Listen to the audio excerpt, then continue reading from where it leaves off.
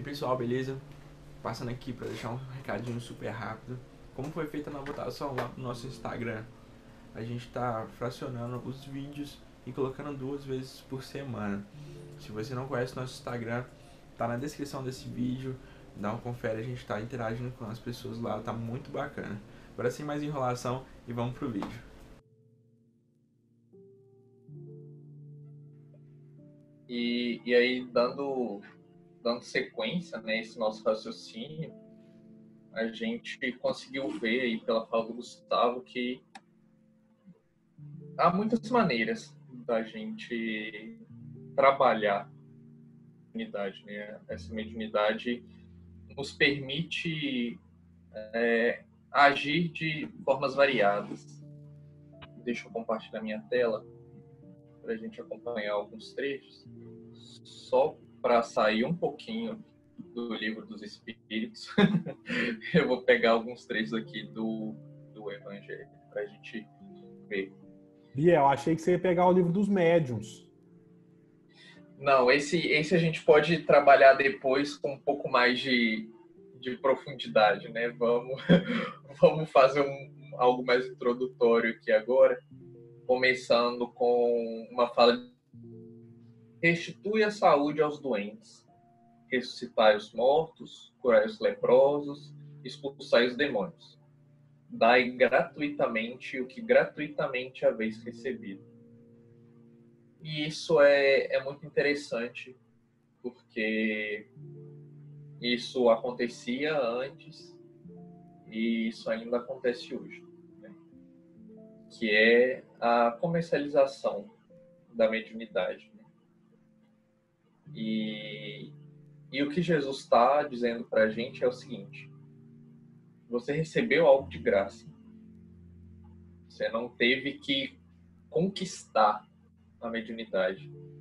Como o Gustavo disse para a gente hoje, isso foi algo dado a nós, né? Foi algo derramado sobre nós. Essa faculdade de sermos médiuns. Então, o que Jesus está dizendo para a gente é que a gente recebeu isso de graça. Deus nos deu isso de graça. Então, que a gente não faça disso um objeto de comércio, de especulação e nem de meio de vida. Que é isso que a gente vê muito, né? E seguindo, a gente tem essa citação do Evangelho segundo o Espiritismo que diz o seguinte: os médiuns atuais igualmente receberam de Deus um dom gratuito, o de serem intérpretes dos espíritos, para a instrução dos homens, para lhes mostrar o caminho do bem e conduzi-los à fé, não para lhes vender palavras que não lhes pertencem. A eles, médiuns, visto que não são fruto de suas concepções, nem de suas pesquisas, nem de seus trabalhos pessoais. Deus quer que a luz chegue a todos. Não quer que o mais pobre fique dela privado. Tal a razão porque a mediunidade não constitui privilégio e se encontra por toda parte. Fazê-la paga seria, pois, desviá-la do seu providencial objetivo. E se a gente faz isso com alguém hoje encarnado, de encarnado para encarnado, né? Isso dá até processo, né? Gustavo pode me corrigir nessa área. Se eu pego a ideia de alguém e vendo a outra pessoa como sendo minha, como sendo de minha propriedade, né? O que não é. Mas eu não vou falar nada sobre isso não, porque você não quis me salvar lá atrás na parte da composição do sistema de visão, tá? Vou deixar você aí nessa. Ah, valeu. Então, assim, a ideia por si só já é repugnante, né? Nisso a gente já tem uma coisa em nós que acende falando que isso não está certo. Né? É diferente, por exemplo, quando um médico que passou anos da vida estudando, fruto dos seus esforços, faz da sua profissão, obviamente, a cobrança dessa atuação de cura. Ou de um magnetizador que dá do trabalho dele para outro. É muito diferente do médium, e aí a gente chama atenção, inclusive, para o médium curador, do qual seria pior ainda esse comércio, essa venda, porque dele nada vem. O médium, ele é o veículo da comunicação entre os desencarnados e os encarnados. Ele não dá aos encarnados conhecimento que está na cabeça dele. Ele não precisou estudar, ele não precisou correr atrás. A ideia é repassada através dele.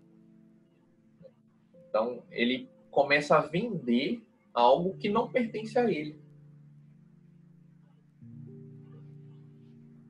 E a gente segue no mesmo capítulo com a seguinte citação. A par da questão moral, apresenta-se uma questão efetiva não menos importante, que entende com a natureza mesma da faculdade. É que se trata de uma faculdade essencialmente móvel, cujo dia é imutável, com cuja perenidade, pois, ninguém pode contar.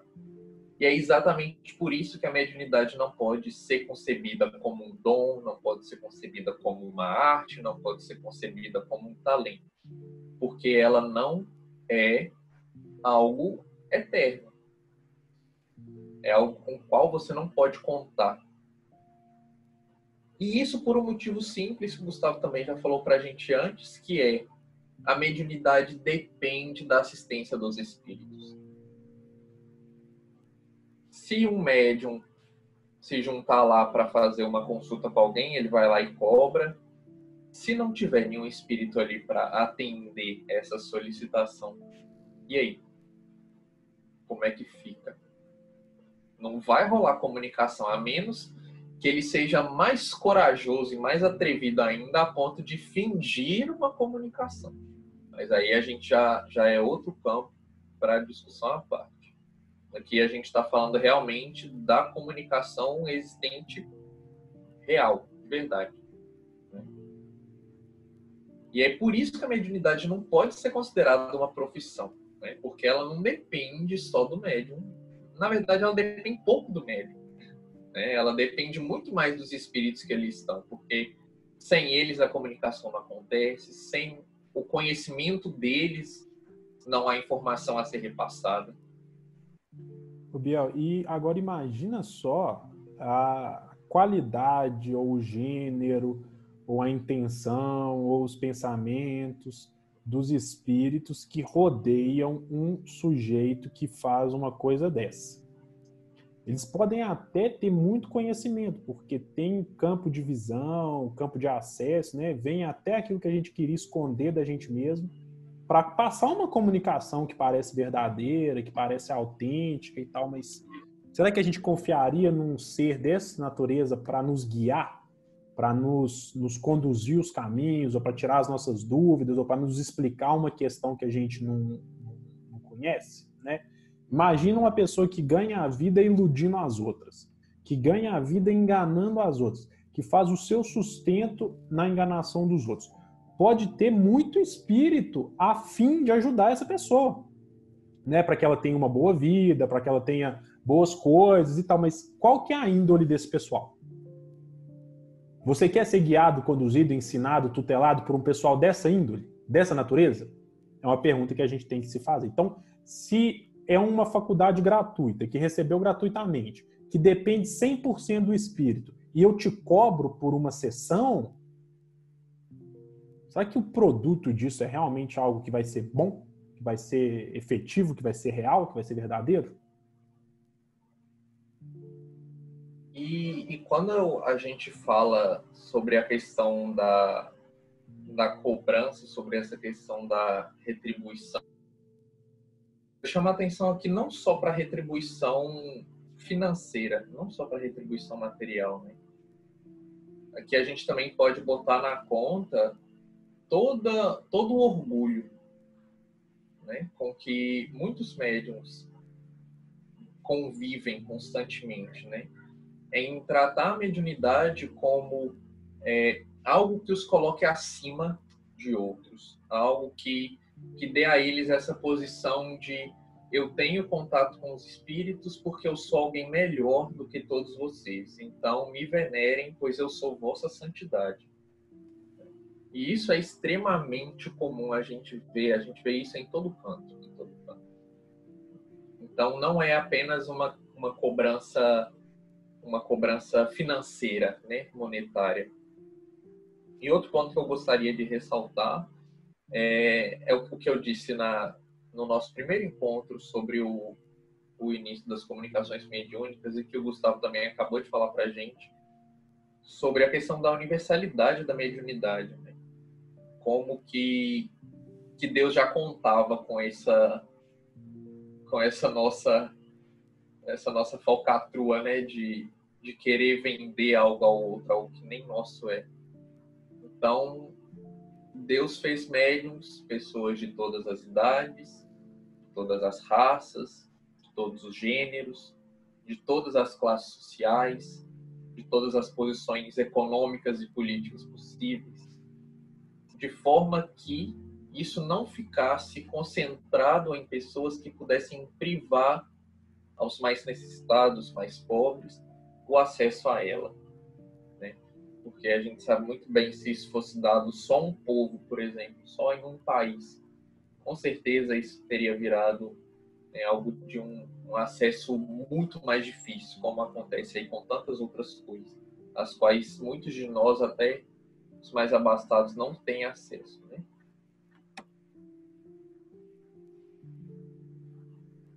E a gente segue no mesmo capítulo, quando os espíritos nos dizem que a mediunidade é coisa santa, que deve ser praticada santamente e religiosamente. E como eu disse para você, se há um gênero de mediunidade que requeira essa condição de modo ainda mais absoluto, é a mediunidade curadora. O médium curador transmite o fluido salutar dos bons espíritos. Não tem o direito de vendê-lo. Jesus e os apóstolos, ainda que pobres, nada cobravam pelas curas que operavam. E aí é muito engraçado, né? Porque Jesus, ele era o remédio certeiro, né? Jesus não tentava fazer nada, Jesus fazia as coisas. Né? Se ele, que tinha 100%, qualquer problema que você chegasse com ele, você teria 100% de certeza que você sairia sem. Nunca cobrou nada de ninguém. Nem um muito obrigado, nem um olhar. Inclusive ajudou aqueles que queriam mal para ele. Quiçá nós, que não temos essa habilidade que Jesus tem de transmitir a cura que era dele, e aí sim ele poderia vender, se ele quisesse, porque isso vinha dele. Se nós que transmitimos algo que nem nosso é, não é nosso, a gente está transmitindo algo de alguém que está aqui para ajudar, sem o 100% de certeza que vai funcionar, a gente tem condição de cobrar algo de alguém? Não, né? Não é assim que funciona. E aí a gente pode até pensar, poxa, mas é uma vida tão difícil, a vida de um médium, que dedica a vida ao outro, né, ao trabalho da mediunidade com Jesus. E a mediunidade, ela é um convite. Né? Jesus não está pegando ninguém falando, escuta aqui. Você vai abrir mão tudo na sua vida e você vai ser médium.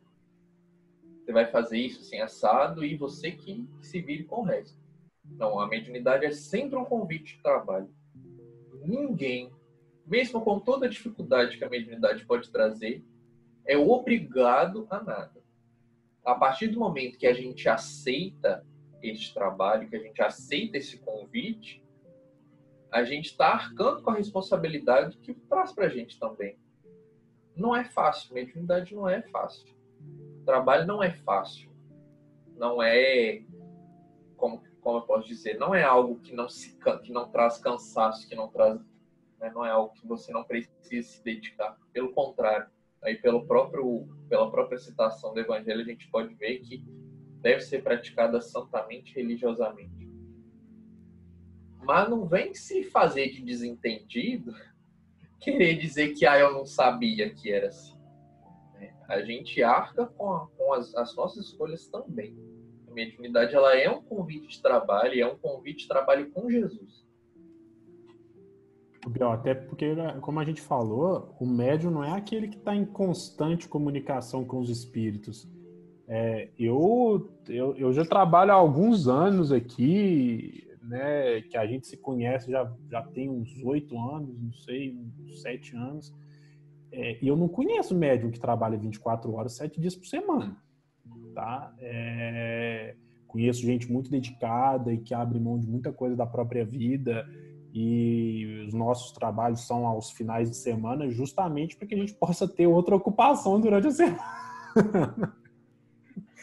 E arrumar uma forma de sobreviver, e de trabalhar, e de ganhar um dinheiro, e viver como todas as outras pessoas do nosso universo vivem. Porque a gente está inserido no mesmo universo, no mesmo planeta, no mesmo país, até outro dia na mesma cidade, mas agora não estamos mais por outros motivos. Não se exige de ninguém na tarefa mediúnica que seja médium 24 horas por dia, 7 dias por semana. Que opere curas, que opere milagres 24 horas por dia, 7 dias por semana. Porque quem opera essas coisas são os espíritos. Eles fazem isso 24 horas por dia, 7 dias por semana. A gente se dedica uma partezinha do tempo para que eles façam algumas coisas através da gente. Né? Mas tudo a obra é deles. Graças a Deus, porque se fosse nossa já tinha virado bagunça. Mas o que a gente pode perceber é que tem médiums que iniciam uma atividade, a gente teve casos recentemente até que viraram capa de jornais policiais aí, que iniciam a atividade numa linha muito interessante de dedicação, de trabalho, de atenção, e que pouco a pouco, pela fama que obtém, pelo reconhecimento que obtém, que acham que são dele e não dos espíritos como de fato são, acabam desvirtuando as suas atividades e recebendo, em virtude dessa fama, em virtude desse nome, outros benefícios de outras naturezas. E o que a gente percebe é que os espíritos sérios, que iniciaram os trabalhos de forma séria, quando começam a perceber a desvirtuação do médium, eles vão se afastando pouco a pouco, porque não se associam, não se envolvem, não estabelecem sociedade com quem não está na mesma sintonia de entendimento que eles.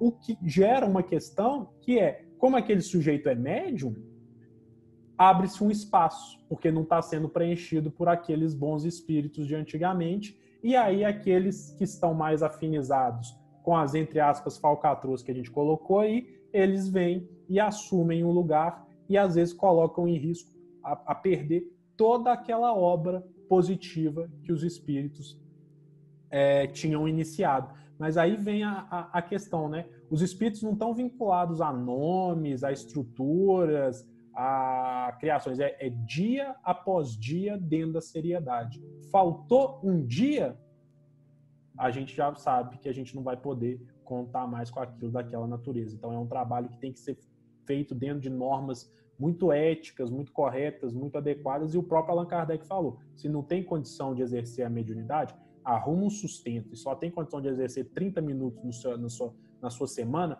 exerça por 30 minutos na semana, não faça mais do que te é pedido e nem se torne um peso sobre aqueles que convivem e que dependem e que vivem com você. Isso aí. E nós passamos, então, para a última citação, que é algo muito interessante, muito importante para a gente lembrar, que Emmanuel nos diz o seguinte, que os médiuns, no geral, não são missionários na acepção comum do termo.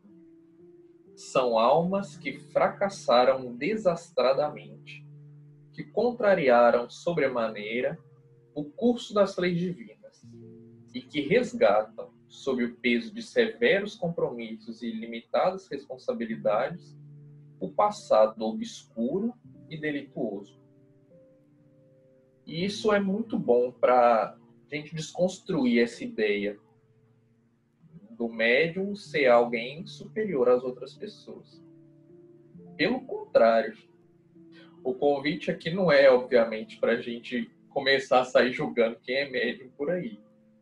Mas a gente começar a pensar que a mediunidade é uma forma de reparo, é uma forma de restituição.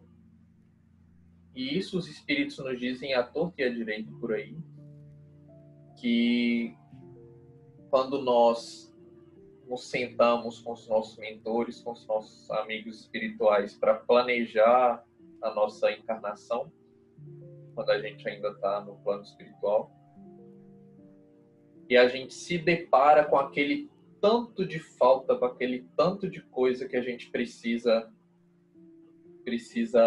resolver a pedido da nossa própria consciência, a gente se desespera e quer resolver tudo de uma vez. E a gente começa. Não, então nessa encarnação eu quero vir assim, assim, assim, assim, e começa a fazer uma lista de necessidades que a gente quer passar aqui enquanto encarnados, durante a nossa encarnação, para sanar aquele monte de problemas. Coisa que se a gente olhar, racionalmente a gente vê que ninguém vai dar conta. E os espíritos olham para a gente, os nossos amigos espirituais, olham para a gente e falam: vamos resolver isso de um jeito mais prático. Ao invés de você vir com esse monte de problema, com essa montanha de dificuldade que ninguém vai dar conta, vem como médium. Que aí, pelo menos, a cada pessoa que passar na sua frente, que estiver precisando de um auxílio, que estiver precisando de uma cura, de uma mensagem reconfortante, a cada um que passar é um pingo de água a mais no seu balde. Para quando você voltar para casa, trazer muito mais material do que traria se viesse da maneira como você nos pede. Não somos missionários. Não somos missionários. Os médiuns missionários são pouquíssimos, são raríssimos. E a gente pode botar na comparação o Chico. Chico foi um missionário. Isso é um médium missionário. Não dá para qualquer um querer se equiparar a ele, né? É só alguém escrever 400 livros com o plano espiritual. Aí a gente começa a equiparar e comparar, né? Mas quer comparar com o Chico, faça como ele, né? Exatamente. Faça como ele. Então, não somos. Né? Não temos essa chance de comunicação com os espíritos, porque somos seres superiores, iluminados, que viemos com a missão com a missão como Chico veio. E isso serve para a gente desmistificar essa questão da mediunidade e novamente trazer para a gente esse convite da mediunidade com Jesus, né? Para a gente parar de querer ser melhor, de querer usar isso para benefício próprio. Né? A mediunidade veio com um objetivo completamente contrário. A mediunidade veio exatamente para o benefício do outro em detrimento da gente. Ótimo. Né? Sempre, mais uma vez, Biel, a gente aprende bastante quando você fala, quando você traz os estudos para a gente. Não tem muita escapatória, né? Faz com Jesus ou não faz. Ou fica mais quietinho, procura não acumular mais problema, procura não gerar mais transtorno, mais dor de cabeça. Mas se for fazer, faça com Jesus, que é a forma que conhecemos mais segura, não mais segura, né? A única forma segura para você não voltar com mais problema do que você vê. Então, é interessante esse raciocínio de que, embora nem todas, embora a mediunidade não seja automaticamente uma missão, ela também não é uma imposição de sofrimento, de dificuldade, de problema. Ela é uma sugestão do plano espiritual para compatibilização de interesses, né? O plano espiritual é um trabalho que é feito muito em conjunto.